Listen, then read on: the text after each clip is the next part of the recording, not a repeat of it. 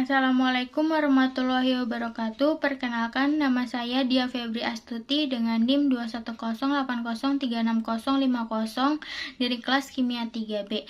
Di sini saya ingin hafalan ujian lisan tentang landasan hukum sholat, puasa, zakat, haji dan umroh, halal dan haram, dan pernikahan untuk memenuhi tugas mata kuliah ilmu fikih yang diampu oleh Bapak Hasmi Hasona. Yang pertama ada landasan hukum tentang sholat, terdapat dalam Quran Surah Luqman ayat 17. A'udzubillahi minasyaitonirrajim. Bismillahirrahmanirrahim. Ya bunayya aqimis sholata wa'mur bil ma'rufi wanha 'anil munkari wasbir 'ala ma asobak. Inna zalika min asmil umur.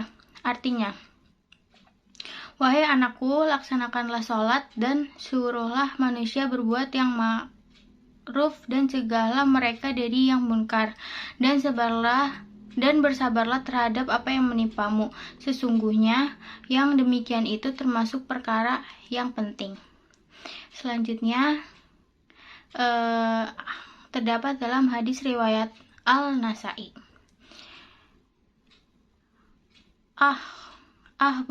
Ahbarona Amru nanu aliyin qala Haddasana Abdur Rahmani benu Mahdiyin qala Haddasana Isra'ilu an Usmana bani Mugirati an Iyasi si bani Abi Rom laka qala sami'tu Muawiyata sya'a Zaida bena Koma asahid tama'a Rasulillahi sallallahu alaihi wasallam idaini kola na'am solal ida min awalin nahari summa rohosofil jum'ah. Artinya, Amr bin Ali telah mengabarkan kepada kami, dia berkata, Abdurrahman bin Mahdi telah menceritakan kepada kami, dia berkata, Israel telah menceritakan kepada kami dari Utsman bin Al-Mughirah, dari Iyas bin Abu Ramlah, dia berkata, aku mendengar Muawiyah berkata kepada Zaid bin Arkam, apakah engkau pernah mengerjakan sholat 2 hari raya bersama Rasulullah SAW? Ia menjawab, ya, Nabi SAW mengerjakan sholat hari raya pada permulaan siang atau pagi hari. Lalu Nabi SAW memberi ruksah kewajiban Jumat, boleh melakukannya, boleh juga tidak. Kemudian tafsir dari ayat dan hadis tersebut. Yang pertama, tafsir dari Quran Surah Luqman ayat 17. Dalam ayat ini, Luqman melanjutkan nasihatnya, yakni mengenai hubungan tauhid dengan menghadirkan Allah di dalam hati seorang anak. Nasihat yang beliau sampaikan ialah memberikan perintah kepada anaknya untuk melaksanakan sholat dengan sempurna sebagai benteng diri dari perbuatan keji. Selain itu, ajaklah orang lain untuk melakukan hal yang serupa. Sesungguhnya dalam melaksanakan perintah Allah, banyak halangan dan rintangan yang menghalangi, sehingga bersabarlah dalam mengerjakan kewajiban itu. Karena sesungguhnya perbuatan yang memiliki kedudukan tertinggi dalam kebaikan, yakni sholat, amr ma'ruf dan nahi munkar, dan kesabaran dalam mengerjakan kebaikan.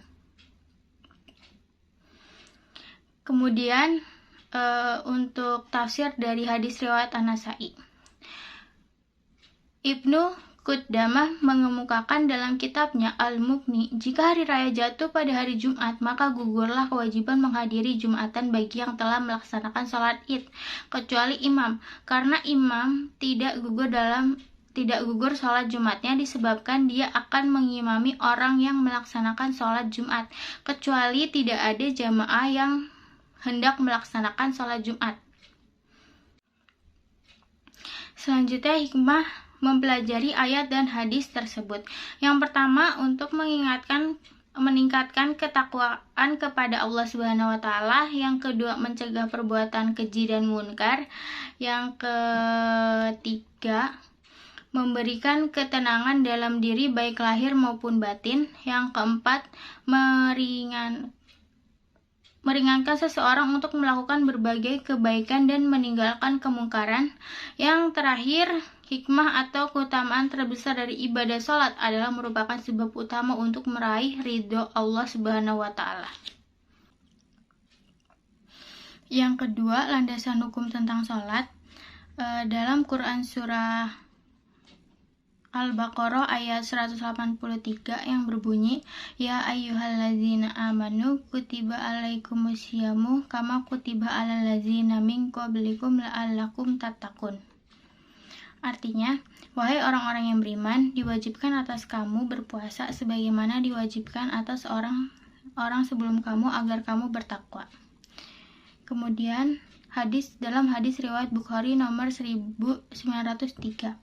Hadasana Adamu benu Abi Iyasin. Hadasana benu Abi Zibi. Hadasana Samidul Makburiyun an Abi Hurairah radhiyallahu anhu qala Rasulullah sallallahu alaihi wasallam, man lam yada qaula zuri wal amala bihi falaisa lillahi hajatun fi an yada'a ta'amahu wa syarabah.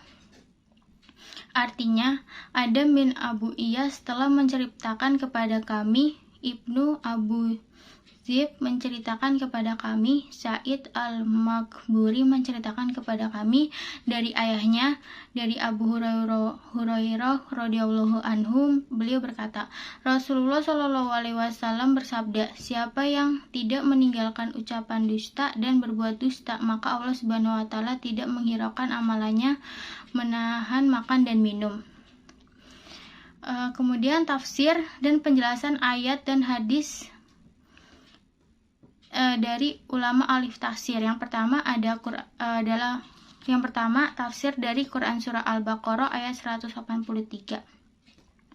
Berdasarkan penafsiran Syekh Abdul Qadir Al-Jailani, kata puasa merupakan kata asyamu yang merupakan bentuk masdar atau kata sifat yang tidak dikenai masa atau waktu dari kata soma dalam segi artinya siamu adalah menahan makan, minum dan jimak dari terbit fajar kedua atau fajar sidik sampai terbenamnya matahari. Dalam 11 kata puasa dalam Al-Quran, ketika katanya membentuk asyamu, maka objek dalam ayatnya hanya sebagai denda atau kafarat yang terendah. Meski manfaat puasa banyak, namun pada ayatnya tidak memposisikan kata asyamu sebagai denda atau kafarat yang pertama. Jika puasa dilihat dari segi katanya, maka kata puasa pada ayat ini termasuk ke dalam makna puasa secara umum sesuai syariat. Namun dalam ayat ini, Al-Jailani menjelaskan makna puasa menjadi 3 macam, yaitu puasa secara syariat, menahan secara mutlak atau puasa rohaninya, dan menolak secara total dari segi yang selain Allah Subhanahu wa taala atau puasa hakikat. Selanjutnya tafsir hadis riwayat Bukhari nomor 1902. Yang dimaksud qaul az-zur dalam berkata dusta, yaitu melakukan gibah atau menggunjing, naminah atau mengadu domba dan mencela muslim yang lain. Ibnu Arabi sampai berkata, hadis di atas berarti siapa yang berpuasa namun masih menjalankan maksiat seperti yang disebutkan, maka puasanya tidak bernilai pahala. Dalam konteks ibadah puasa, Nabi menyebut istilah qaul az-zur, yakni sesuatu yang merusak nilai puasa seseorang di sisi Allah Subhanahu wa taala.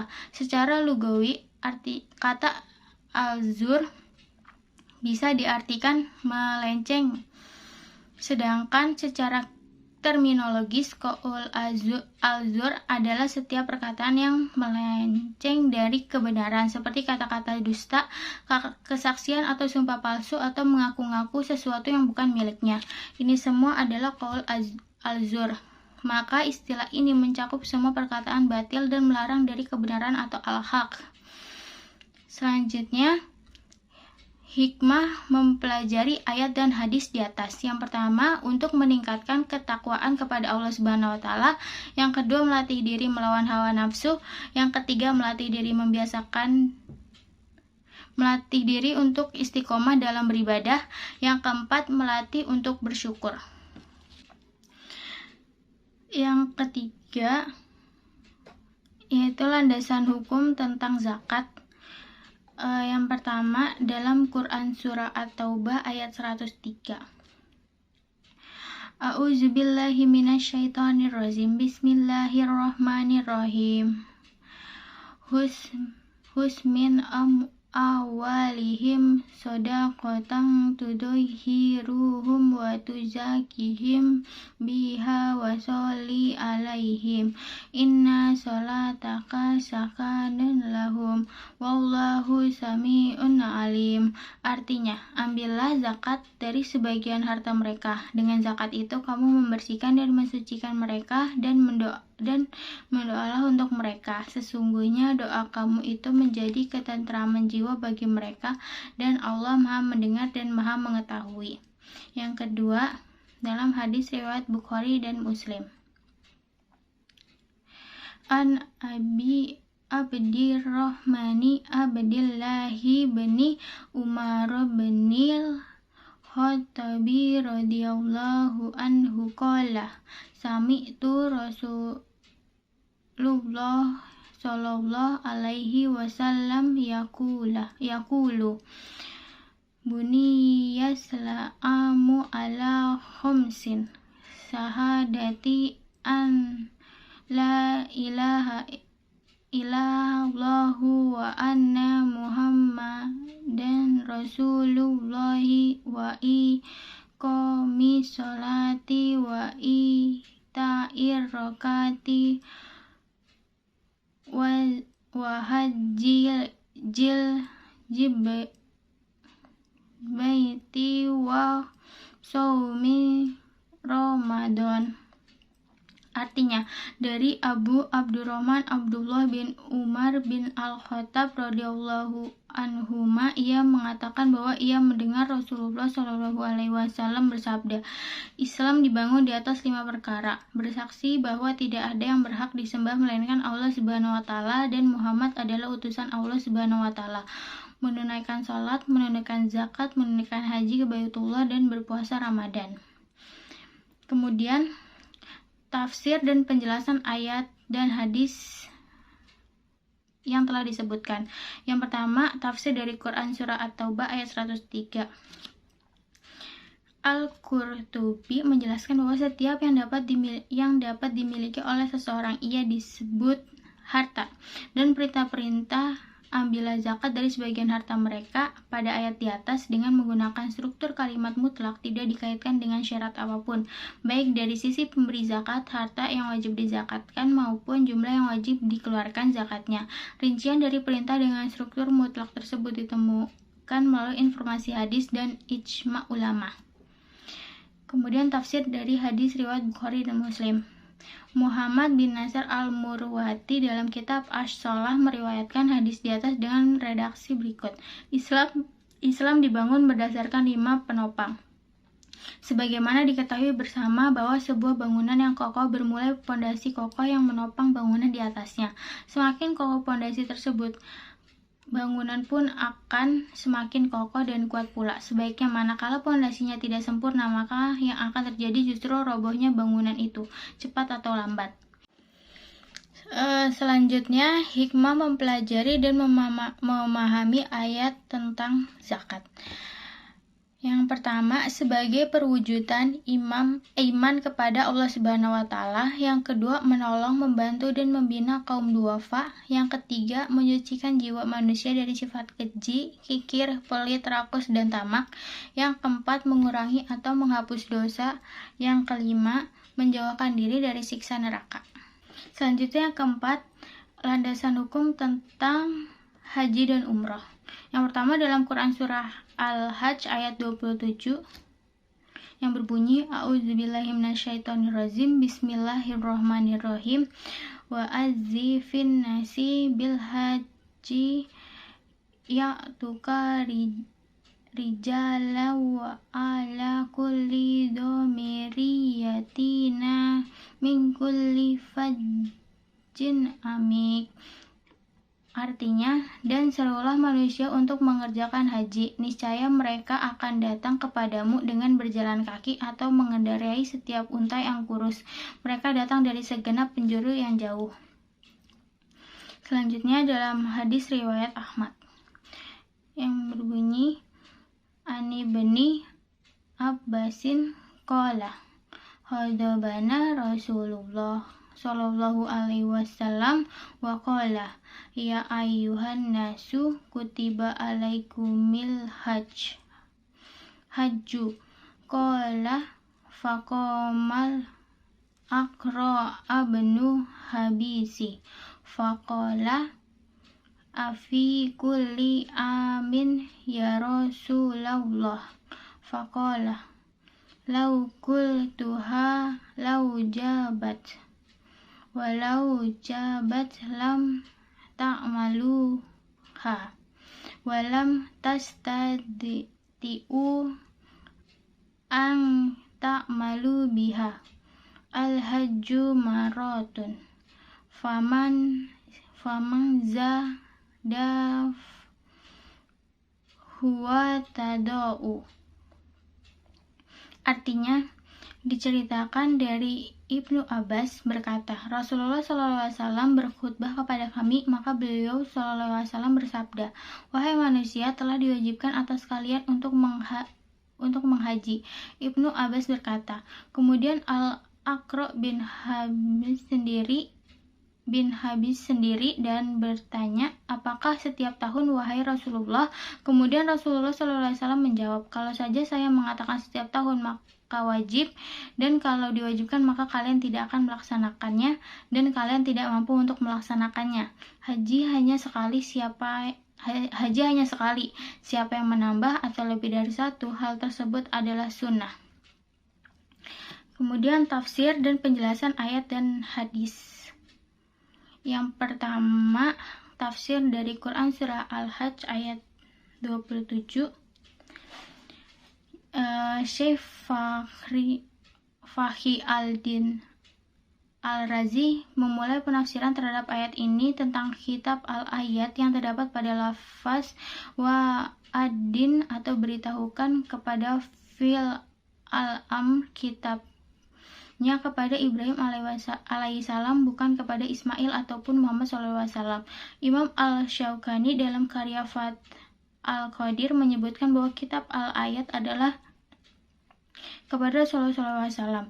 Sementara Ibrahim alaihissalam adalah kitab pada ayat sebelumnya, Al-Hajj ayat 26.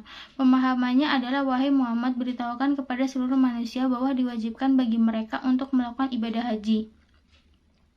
Kitab bagi Ibrahim alaihissalam adalah pendapat yang dianut oleh jumhur al-ulama bahwa setelah Ibrahim alaihissalam selesai membangun Ka'bah, Jibril mendatanginya seraya menyampaikan wahyu Allah Subhanahu wa Ta'ala bahwa diperintahkan olehnya Ibrahim alaihissalam untuk memberitahukan manusia agar menunaikan ibadah haji ke Ka'bah. Ibrahim merespon wahyu Allah tersebut dengan sikap ragu. Bagaimana mungkin suara Ibrahim bisa sampai kepada telinga manusia seluruhnya, sementara dunia masih sepi penghuni? Demikian halnya Makkah, tempat berdiri Ka'bah, bait Allah, hanya Ibrahim, istri dan anaknya yang tinggal di padang pasir tandus tak berpenghuni tersebut. Allah memberikan feedback atas respon Ibrahim alaihissalam agar Ibrahim tetap melakukan perintah ad-din tersebut tanpa memikirkan hal lainnya, karena urusan sampai ke telinga manusia yang ada di keseluruhan penjuru bumi atau tidak adalah urusan Allah Subhanahu wa Ta'ala. Ibrahim mendengar perintah Allah, kemudian melaksanakannya dengan penuh keyakinan dengan mendaki bukit Abi Kubait. Ibrahim berseru, akibatnya adalah manusia mendatanginya dengan cara masing-masing. Ya tuka rijalan, manusia akan mendatangimu. Adalah setiap muslim yang melaksanakan ibadah haji, berarti ia mendatangi bait Allah untuk beribadah. Maka seakan-akan orang tersebut juga mendatangi Ibrahim alaihissalam. Kemudian tafsir hadis riwayat Ahmad. Abu Thayyib Abadi menyebutkan bahwa hadis ini menjadi dalil bagi seorang muslim yang telah melaksanakan haji, kemudian ia murtad, maka ia tak perlu melaksanakan haji ketika ia telah kembali masuk Islam. Abu Thayyib Abadi juga mengutip perkataan Al-Khattabi saat menjelaskan hadis ini. Al-Khattabi berkata bahwa kewajiban berhaji hanya sekali sudah menjadi ijma ulama dan tidak ada perselisihan di dalamnya. Hanya saja pendapat tersebut tidak berdasarkan hadis ini. Hal ini karena masih ada sahabat yang menanyakan perihal apakah haji itu sekali seumur hidup atau berulang setiap tahunnya, sebagaimana telah digambarkan dalam hadis tersebut. Kemudian hikmah mempelajari ayat dan hadis tentang haji dan umroh. Yang pertama, untuk memenuhi rukun Islam. Yang kelima, yang kedua, untuk menjawab panggilan Allah Subhanahu wa Ta'ala. Yang ketiga, untuk menghapus dosa. Yang keempat, untuk mendapatkan pahala yang besar. Dan yang kelima, untuk menguatkan iman.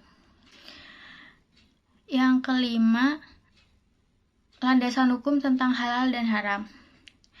Yang pertama, dalam Quran Surah Al-Baqarah ayat 168 yang berbunyi, A'udzubillahi minasyaitonirrajim, Bismillahirrahmanirrahim, Ya ayyuhan nasu kulu mimma fil ardi halalan thayyiban wala tattabi'u khutuwati syaiton innahu lakum aduwwum mubin.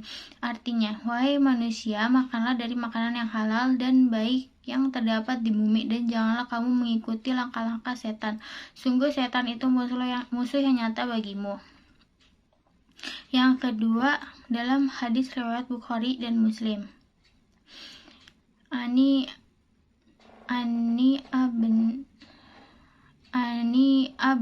abdillahi nu'amani bani Basirin radhiyallahu anhu maqala sami'tu Rasulullahi sallallahu alaihi wasallam yaqulu innal halala bayyinun wa innal harama bayyinun wa bainahuma umurun mustabihatun la ya'lamu hunna kasirun minan nasi famani taqasubuhati faqadis tabra alidinihi wa irdihi wa man waqa'a fi subuhati waqa'a fil harami karro'a yar'ahaulal himayusika an yarta'afihi ala wa inna likulli malikin hima ala wa inna himallahi maharimuhu ala wa inna fil jasadi mudghatan iza solahal jasadu kulluhu wa iza fasadal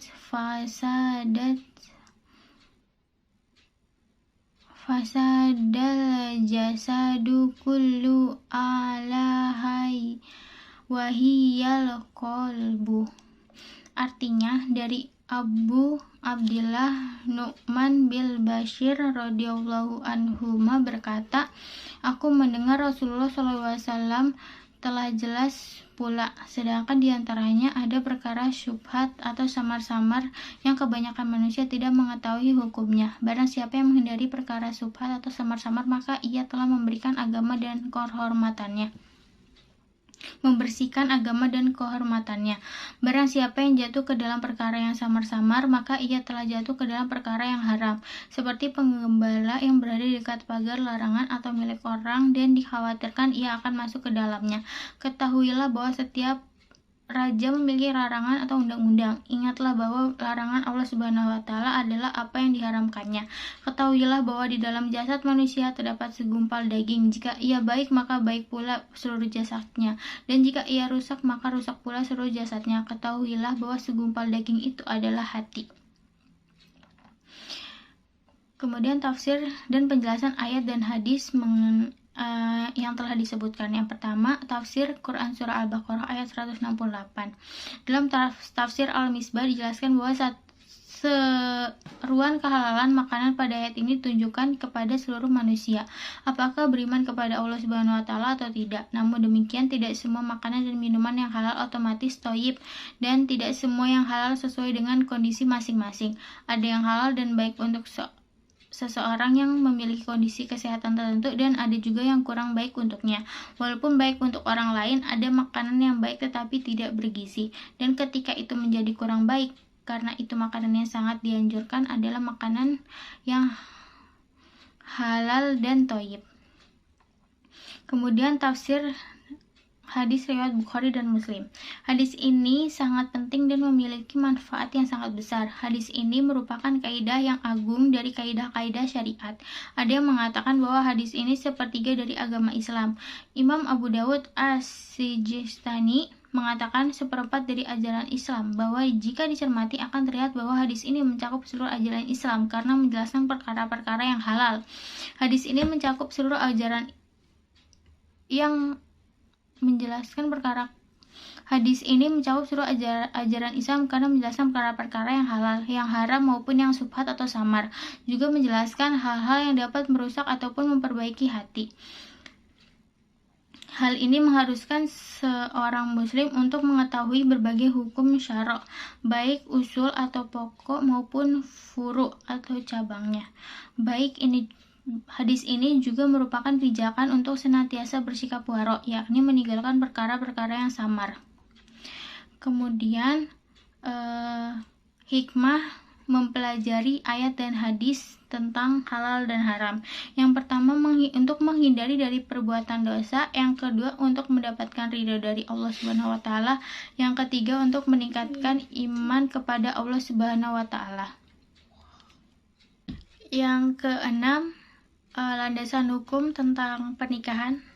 Yang pertama dalam Quran Surah An-Nisa ayat 3 yang berbunyi A'udzubillahi minasyaitonirrajim. Bismillahirrahmanirrahim. Wa in khiftum alla tuksitu fil yatama fankihu ma tabalakum minan nisa'i wasulasa warubah. Wa in khiftum alla ta'dilu fawahidatan aw ma malakat aymanukum zalika adna alla taqulu. Artinya, dan jika kamu takut tidak akan dapat berlaku adil terhadap hak-hak perempuan yang yatim bila mana kamu mengawininya, maka kawinilah wanita-wanita lain yang kamu senangi 2, 3, atau 4. Kemudian jika kamu takut tidak akan dapat berlaku adil, maka kawinilah seorang saja atau budak-budak yang kamu miliki. Yang demikian itu adalah lebih dekat kepada tidak berbuat aniaya. Kemudian yang kedua dalam hadis riwayat Bukhari yang berbunyi hadasana Abdullah ibnu Yusufa akhbarona Malikun an ibni Shihab an al-A'raji an Abi Hurairah radhiyallahu anhu annahu kana yaqulu syarru ta'amito amul walimati yud'alahal agniyahu wa yutrakul fuqara'u wa man tarakat da'wata faqad asallaha wa rasulah. Artinya dari Abu Hurairah radhiyallahu anhu, sesungguhnya dia berkata, seburuk-buruknya makanan adalah makanan walimah. Orang-orang kaya diundang dan orang-orang fakir ditinggalkan, dan barang siapa meninggalkan undangan, sungguh dia telah berbuat maksiat kepada Allah dan Rasul-Nya. Kemudian tafsir dan penjelasan ayat dan hadis mengenai pernikahan. Yang pertama, tafsir Quran surah An-Nisa ayat 3. Di dalam tafsir Al-Marghi menjelaskan tentang surah An-Nisa ayat 3. Apabila kamu merasa takut terhadap dirimu sendiri karena khawatir memakan harta istri yatim, maka jangan menikah dengannya, karena sesungguhnya Allah Subhanahu wa Ta'ala telah memberi kekuasaan terhadap kamu untuk tidak menikahi anak yatim, yaitu dengan menghalalkan kamu boleh menikah dengan wanita-wanita selain yatim, 1, 2, 3, atau 4. Tapi jika tidak bisa berbuat adil di antara dua orang istri atau istri-istrimu, maka kamu harus memegang satu istri saja dari wanita-wanita merdeka dan bersenang-senang dengan wanita yang kamu sukai dari hamba-hamba wanita, karena tidak ada kewajiban berbuat adil di antara mereka, tetapi mereka hanya berhak mendapat kecukupan nafkah sesuai dengan standar yang berlaku di kalangan mereka. Kemudian tafsir hadis riwayat Bukhari tentang pernikahan. Menghadiri walimah bagi yang diundang hukumnya wajib. Menurut jumhur ulama, hadis-hadis tersebut secara tegas mewajibkan untuk memenuhi undangan. Apabila tidak ada halangan, maka sebaiknya untuk menghadiri undangan kecuali ada uzur atau halangan yang tidak memungkinkan untuk menghadirinya. Misalnya karena ada hal yang tidak bisa ditinggalkan ataupun karena jarak tempuh yang terlampau jauh, maka tidak apa-apa jika tidak menghadiri. Dalam memenuhi undangan walimah, jangan bermaksud sekadar untuk kepentingan perut, melainkan niat ittiba terhadap perintah syariat, menghormati saudara, turut menghibur, menyambung tali persaudaraan, dan jangan berprasangka buruk apabila tidak diundang. Mendoakan syahibul hajat atau tuan rumah sesuai santapan. Kemudian hikmah dari mempelajari ayat dan hadis tentang pernikahan. Yang pertama, untuk melaksanakan tuntutan syariat. Yang kedua, untuk memperoleh ketenangan hidup, kasih sayang, dan ketentraman. Yang ketiga, menikah bernilai ibadah. Yang keempat, untuk sebagai benteng menjaga kesucian diri. Yang kelima, yaitu menjadi gerbang memperoleh ketenangan. Sekian dari saya. Apabila ada kekurangan, mohon dimaafkan.